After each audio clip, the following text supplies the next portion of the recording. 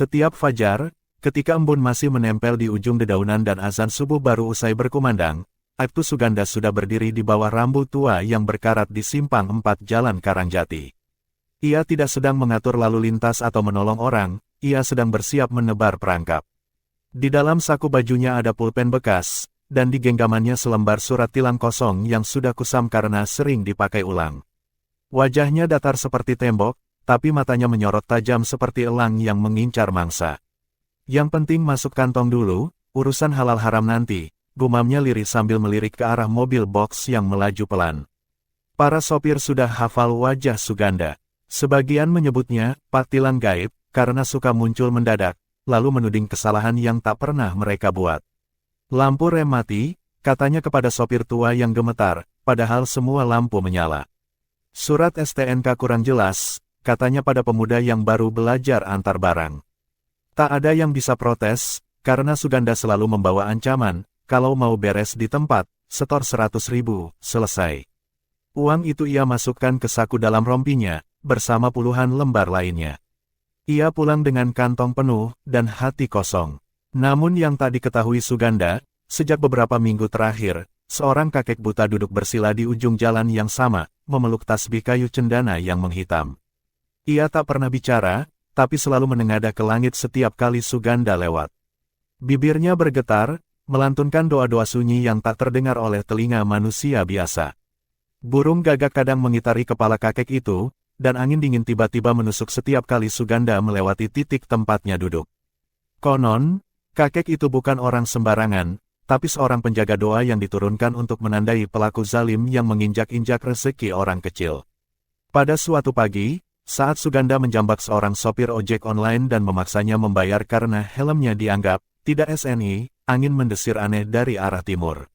Daun-daun berjatuhan seperti tersedot pusaran tak kasat mata. Si kakek buta berdiri perlahan, dan wajahnya yang selama ini tertutup sinar kabur tiba-tiba terlihat menua seperti kayu lapuk, namun mata kosongnya bersinar redup. Kau telah melangkahi doa para musafir yang kau tindas, Suganda, bisiknya, meski tidak terdengar oleh siapapun kecuali angin. Dan sejak saat itu, waktu mulai menghitung mundur untuk kejatuhan Suganda. Pulang dari tugas razia abal-abal pagi itu, Suganda membawa 500.000 hasil pendapatan haram yang diselipkan dalam lipatan koran bekas. Setibanya di rumah, ia langsung melempar sepatu ke sudut ruang dan memanggil istrinya dengan suara berat, "Rin, beli rendang di warung Haj Saripah, tambah udang, anak-anak suka." Rini mengangguk senang, tanpa sedikit pun curiga bahwa uang itu berasal dari keringat orang tertindas. Ia hanya tahu, setiap pagi suaminya pulang dengan bau keringat dan kantong tebal. Di dapur, ia menanak nasi, menggoreng tempe, dan memasak sayur lodeh sambil bersenandung lagu dangdut pelan. Namun hari itu, saat hidangan tersaji di meja makan, ada sesuatu yang berbeda. Aroma sedap rendang terasa terlalu pekat, seperti daging yang disangrai bersama darah. Anak sulung mereka, Dito, mencium nasi lalu mendadak berkata, "Ma, kenapa nasinya bau tanah ya?" Rini terkejut, tapi mengabaikan dan menyuruh anaknya makan. Suganda melahap udang goreng dengan lahap, bahkan menambah 2 kali. Tapi tak lama setelah itu, wajahnya mendadak pucat. Perutnya terasa perih seperti digigit dari dalam. Ia meraba perutnya dan merasa seperti ada benjolan kecil yang bergerak, namun ia pikir hanya kembung biasa. Malamnya, Rini bermimpi aneh. Ia melihat dapur rumahnya terbakar, dan dari dalam kobaran api, keluar para sopir dengan tubuh hangus namun bermata tajam, melolong seperti serigala. Salah satu dari mereka menyeret panci rendang dan membantingnya ke lantai. "Daging ini adalah daging kesedihan kami. Kalian makan darah kami," teriak mereka serempak. Rini terbangun dengan keringat dingin, dan mencium bau anyir menusuk dari tempat sampah di dapur. Saat membuka tutupnya, ia melihat sisa tulang udang dan rendang yang dimakan siang tadi dipenuhi belatung, padahal baru beberapa jam lalu dimasak. Esok harinya, Suganda mulai sering mual setiap habis makan. Lidahnya terasa pahit, dan makanan apapun seolah berubah menjadi lumpur busuk dalam mulutnya. Ia mulai kehilangan selera, tapi Rini terus menyuruhnya makan. "Jangan banyak pikiran, mungkin masuk angin," katanya. Tapi malam demi malam, Suganda mendengar suara-suara aneh dari dinding rumah, bunyi detak seperti langkah kaki yang tak berhenti, suara rantai diseret, dan bisikan lirih yang memanggil namanya, "Suganda, kau kenyang dari derita kami, dan tanpa ia sadari, kutukan dari rezeki haram itu mulai tumbuh dalam darah dan daging seluruh anggota keluarganya. Hari-hari berikutnya menjadi awal penderitaan yang tak bisa dijelaskan secara medis. Suganda mulai merasa tubuhnya panas seperti dibakar dari dalam. Ia tidak demam, tapi kulitnya seperti dirayapi semut api. Setiap malam, tubuhnya menggigil walau diselimuti 3 lapis kain. Ia mencoba ke klinik, tapi dokter hanya berkata, tekanan darah normal, suhu normal, tidak ada infeksi. Tapi Suganda tahu ada yang tak beres, karena setiap malam ia bermimpi berada di tengah hutan gelap, dikejar puluhan tangan sopir yang pernah ia palak, wajah mereka meleleh seperti lilin terbakar. Bayar utangmu, kau makan hak kami, teriak mereka sambil mencabik-cabik tubuhnya dalam mimpi. Sementara itu, Rini pun mulai merasakan keanehan. Wajah anak-anak mendadak tampak pucat kekuningan, mata mereka seperti tenggelam ke dalam rongga. Dito, anak sulung, mengeluh perutnya sakit dan sering memuntahkan makanan yang baru saja ia santap. Bahkan anak bungsu mereka yang masih balita, menangis setiap malam tanpa sebab, menunjuk ke sudut rumah dan berkata, ada bapak hitam berdarah di situ, Ma. Rini menangis diam-diam, bingung, dan mulai bertanya-tanya, apakah benar semua ini hanya kebetulan? Ataukah ada yang janggal dengan uang yang setiap hari dibawa pulang oleh suaminya? Puncaknya terjadi pada suatu sore, saat Rini sedang menyetrika. Ia melihat bercak merah seperti darah menetes dari plafon. Ketika ia menengadah, tidak ada apa-apa. Tapi saat ia menyeka lantai, cairan itu mengalir sendiri, membentuk tulisan samar, dagingmu tumbuh dari dosa. Ia berteriak, menjatuhkan setrika, dan berlari memanggil Suganda. Tapi suaminya sedang terbaring di kamar, merintih dan memegangi perutnya yang kini tampak membesar seperti balon. Kulit di sekitar perutnya berubah kehitaman, dan setiap disentuh terasa seperti ada sesuatu yang bergerak-gerak dari dalam. Dukun kampung dipanggil diam-diam malam itu. Dukun tua bernama Mbah Kenong itu hanya duduk sebentar di sisi tempat tidur Suganda, sebelum menatap Rini dengan tatapan kosong. Ini bukan penyakit biasa, ini tumbuh dari apa yang kau makan, dari tangan yang menzalimi. Harta haram itu sedang tumbuh akar, dan akar itu sedang menggali jalan menuju neraka dari dalam tubuhnya sendiri.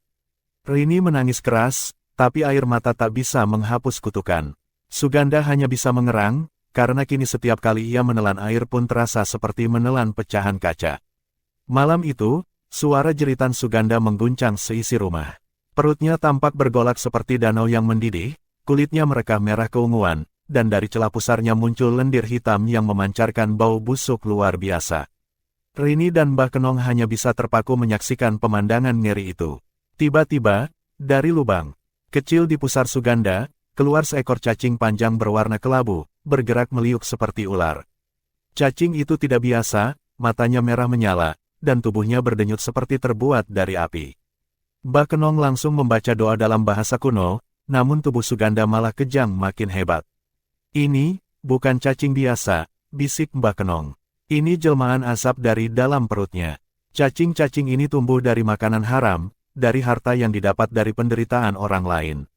Belum sempat ia menyelesaikan ucapannya, seekor lagi cacing menyusul keluar, disusul 2, 3, bahkan 5 sekaligus. Mereka merayap turun dari tubuh Suganda dan menggeliat di lantai seperti sedang mencari korban baru. Salah satu cacing sempat meluncur ke arah kaki Rini, dan saat mengenai kulitnya, perempuan itu berteriak kesakitan karena kulitnya langsung melepuh seperti tersiram air keras. Anak-anak yang menyaksikan semua itu hanya bisa menangis ketakutan, memeluk satu sama lain di sudut kamar. Tapi suara-suara dari luar rumah mulai terdengar, bukan suara manusia, melainkan lolongan-lolongan serak, seperti makhluk-makhluk tak kasat mata sedang bersorak merayakan siksaan atas Suganda. Di luar rumah, pohon jambu yang dulu rimbun kini bergoyang sendiri meskipun angin tak berhembus. Di pucuknya, muncul bayangan hitam besar dengan mata merah menyala, menatap ke arah rumah seakan sedang mengawasi siapa yang akan menjadi korban berikutnya.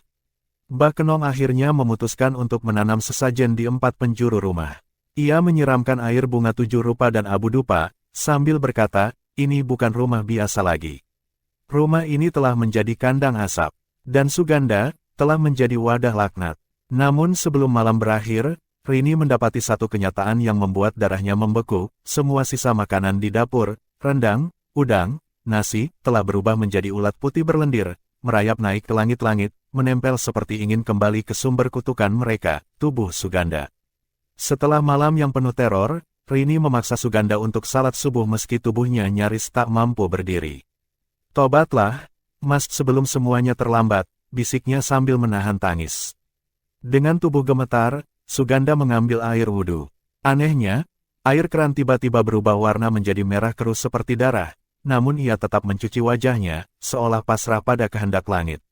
Saat ia menunduk untuk sujud, terdengar suara, kerak tulang punggungnya patah sebagian, dan dari dalam sajadah merembes darah segar, mengalir membentuk simbol aneh menyerupai segel kuno bertulis huruf-huruf tak dikenal. Ketika Suganda menyelesaikan salam, ia tidak bisa bangkit. Tubuhnya lumpuh dari pinggang ke bawah. Rini menjerit memanggil Mbah Kenong, yang langsung datang dengan mata penuh amarah campur iba. "Tobatmu tak diterima karena belum ikhlas. Kau sujud bukan karena takut pada Tuhan, tapi takut pada siksa," katanya dingin.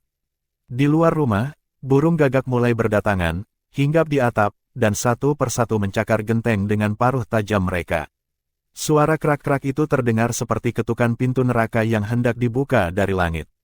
Sementara itu, warga kampung mulai berbisik-bisik. Bau busuk yang keluar dari rumah Suganda menyebar hingga radius puluhan meter, membuat orang-orang muntah saat lewat. Beberapa sopir truk yang pernah jadi korban pemalakan Suganda bermimpi aneh di malam yang sama. Dalam mimpi itu, mereka melihat Suganda terikat di tengah jalan, dilindas roda truk berulang-ulang, namun tidak mati. Seorang tokoh agama setempat, Kiai Maruf, datang untuk mengingatkan, apa yang tumbuh dari harta haram, akan dipanen dengan kutukan paling ngeri. Rumah ini akan jadi bukti nyata azab dunia. Penderitaan Suganda berubah menjadi tontonan bisu bagi warga. Mereka tak berani masuk, tapi dari celah-celah jendela, bisa terlihat tubuh Suganda makin membusuk. Kulit di punggungnya mengelupas, menampakkan tulang berwarna gelap. Suara tangisan anak-anak masih terdengar, dan Rini mulai kehilangan kewarasan. Ia duduk di sudut dapur, menatap nasi yang berubah jadi belatung, sambil bergumam, "Ini semua salahku, aku ikut memakan darah orang lain." Malamnya, saat azan Isya berkumandang, terdengar suara jeritan dari dalam rumah, jeritan Suganda yang tidak manusiawi, panjang, dalam, dan seakan berasal dari dasar liang kubur. 3 hari setelah suara jeritan panjang Suganda menggema, tubuhnya tak lagi bisa bergerak. Daging di beberapa bagian mulai mengelupas sendiri seperti kulit ular, dan dari lubang luka itu tampak tulang-tulangnya yang menghitam, mengeluarkan bau seperti bangkai yang dipanggang di neraka. Mbah Kenong berkata dengan lirih, "Ini bukan sakit biasa. Ini azab yang menolak kematian cepat." Bahkan tanah pun belum bersedia menerima jasadnya. Rini yang semakin terguncang mentalnya, mulai berbicara sendiri sambil memandangi suaminya yang terbaring di atas kasur, dikerubungi lalat dan cacing. Malam itu, Mbah Kenong mencoba memanggil seorang ahli ruqyah dari luar daerah, seorang pria tua bernama Kiai Syamsuddin, yang dikenal mampu berbicara dengan makhluk halus. Begitu masuk rumah Suganda, wajah sang Kiai berubah pucat. Ia bersimpul dan berdoa lama, lalu berkata dengan suara berat, ia telah diikat oleh roh-roh dari dunia bawah. Tapi bukan hanya karena perbuatannya sendiri. Uang haram yang diberikannya telah disantap oleh seluruh keluarganya, semua kini terikat dalam dosa yang sama. Rini yang mendengar itu langsung muntah darah, mulutnya berbuih, dan matanya mendelik seperti orang kerasukan. Keesokan harinya, tubuh Suganda tiba-tiba berhenti bernapas. Ia tampak mati, namun anehnya, tubuhnya tidak dingin. Saat warga, termasuk ustaz dan penggali kubur, hendak memakamkannya, mereka dikejutkan oleh satu hal yang tak bisa dijelaskan logika. Setiap kali tubuh Suganda dimasukkan ke liang lahat, tanah menolak untuk menutupnya. Cangkul patah, tanah mengeras seperti batu. Bahkan ketika dicoba memindahkan jenazahnya ke lokasi lain, gerobak jenazah terguling sendiri, dan tubuh Suganda menggelinding kembali ke halaman rumah. Wajahnya menghadap ke arah kiblat, matanya setengah terbuka dengan senyum mengerikan. Orang-orang mulai ketakutan. "Ini kutukan, mayatnya tak mau diterima bumi," seru seorang warga. Mbah Kenong hanya bisa menangis diam-diam. Malamnya, langit di atas rumah Suganda memerah seperti terbakar, dan dari balik pepohonan terlihat bayangan wanita-wanita berjubah hitam berkerudung asap, berjalan melingkar mengelilingi rumah, menggumam dalam bahasa tak dikenal. Rumah itu kini bukan sekadar tempat tinggal, melainkan pusat azab, tempat roh-roh yang terikat oleh dosa mencari keadilan mereka sendiri. Sejak tubuh Suganda ditolak bumi dan rumahnya dikepung bayangan-bayangan hitam, keadaan menjadi semakin buruk. Anak-anak Suganda satu persatu mulai menunjukkan keanehan. Si sulung, Fadil, yang baru berusia 12 tahun, tiba-tiba kehilangan suara dan setiap malam menggambar simbol-simbol aneh di dinding kamarnya dengan darah hidungnya sendiri. Adiknya, Rara, selalu mengigau keras dan menyebut nama-nama sopir yang dulu pernah dipalak ayahnya, lengkap dengan jumlah uang yang diambil. Wajahnya pucat, matanya membelalak kosong seperti melihat sesuatu yang tak kasat mata, makhluk yang hanya bisa dirasakan oleh yang telah disentuh kutukan. Rini, yang dulunya wanita lemah lembut, kini berubah seperti orang kerasukan. Ia mengoyak-ngoyak baju sendiri, menyayat kulit tangannya, dan menjerit menyalahkan diri sendiri karena menyuapi darah setiap hari ke mulut anak-anaknya. Ia mencoba membakar semua uang yang tersisa, namun api justru tak mau menyala jika diarahkan pada uang haram itu, seperti harta tersebut telah menyatu dengan kekuatan kelam. Rumah mereka kini dijauhi seluruh warga. Suara tangisan dan tawa anak-anak yang bercampur jadi satu terdengar tiap malam dari dalam rumah, meski jendela tertutup dan lampu telah padam.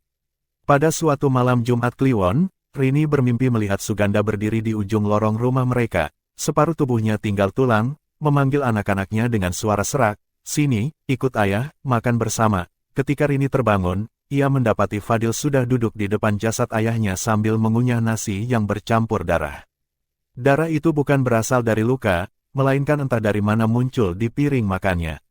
Piring itu, saat dibuang keluar rumah, malah kembali ke meja makan esok paginya, utuh dengan isi yang sama. Desas-desus warga semakin menggila. Banyak yang mengaku melihat bayangan anak kecil duduk di atap rumah Suganda, menatap siapa saja yang lewat dengan mata merah menyala. Seekor anjing milik tetangga ditemukan mati kaku di teras, mulutnya penuh belatung dan lidahnya menjulur ke arah rumah itu. Beberapa orang tua di kampung mulai berkata, kutukan sudah turun. Dosa Suganda diwariskan, bukan hanya di darah, tapi di napas dan tulang. Rumah itu kini tidak hanya disebut sebagai tempat azab, tapi juga sebagai rumah warisan kutuk, tempat di mana dosa tidak pernah mati, hanya berpindah wujud ke generasi berikutnya. Malam itu, langit menggantung berat. Petir menyambar tak henti, bukan dari awan biasa, tetapi dari awan hitam kelam yang melingkar tepat di atas rumah Suganda, seakan langit sendiri sedang mengutuk rumah itu. Warga desa sudah lama mengungsi ke rumah-rumah bagian bawah, tak berani mendekat. Mereka hanya berani mengintip dari kejauhan. Tepat tengah malam, terdengar suara tangisan anak-anak yang bergaung keras, bukan hanya dari dalam rumah, tapi juga dari pepohonan, tanah, dan udara sekitarnya, seolah seluruh alam ikut menangisi dosa yang tak terampuni. Rini berdiri di tengah rumah, tubuhnya penuh luka cakaran sendiri. Ia memandangi dinding yang sudah penuh coretan darah dan simbol-simbol gaib yang tidak pernah diajarkannya. Di depannya, Fadil dan Rara sudah tak sadarkan diri, kulit mereka membiru, namun anehnya masih bernapas. Tiba-tiba, cermin besar di ruang tamu pecah dengan sendirinya, dan dari pecahan itu muncul pantulan wajah Suganda dalam wujud mengerikan, mata bolong, lidah panjang menjulur, dan suara bergaung, "Mereka milikku sekarang. Kau ikut bersama mereka atau tinggalkan semuanya untuk dibakar." Rini menjerit histeris. Ia tahu, tak ada tempat lagi untuk kabur dari murka langit. Detik berikutnya, tanah di bawah rumah berguncang. Api biru keluar dari lantai, membakar perabot tanpa menyentuh tubuh siapapun. Tapi suara-suara dari balik api itu mengerikan, jeritan sopir-sopir yang dulu diperas, suara klakson yang meraung dalam kehampaan, dan doa-doa amarah yang dulu diucapkan oleh para korban. Api itu tidak membakar kayu seperti biasa. Ia memakan kenangan, dosa, dan setiap jejak kehidupan yang dibangun dari uang haram. Rumah itu runtuh bukan karena api, melainkan karena asap yang telah matang. Rini, Fadil, dan Rara hilang dalam kobaran yang tak menyisakan abu, hanya bau sangit dan serpihan tulang hitam seperti arang kutukan. Keesokan paginya, hanya ada kawah kecil dan tanah yang retak di lokasi rumah itu berdiri. Tidak ada jenazah, tidak ada sisa rumah, bahkan tidak ada bekas api. Mbah Kenong berdiri jauh dari reruntuhan, menggenggam tasbihnya, dan berbisik, "Langit tak pernah lupa. Dosa yang dikunyah bersama keluarga akan ditelan bersama keluarga." Sejak saat itu, tempat rumah Suganda menjadi lahan terlarang. Burung pun tak mau melintasi atasnya, dan setiap Jumat Kliwon, terdengar suara klakson samar dari bawah tanah, disusul tangisan anak kecil yang tak pernah berhenti. Terima kasih.